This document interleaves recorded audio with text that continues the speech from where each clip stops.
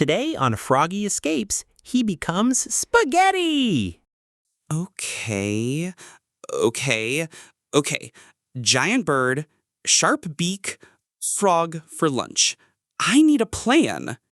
If I look like spaghetti, I am spaghetti. Can froggies survive the pasta test? Don't move, don't blink, don't breathe. Uh-oh.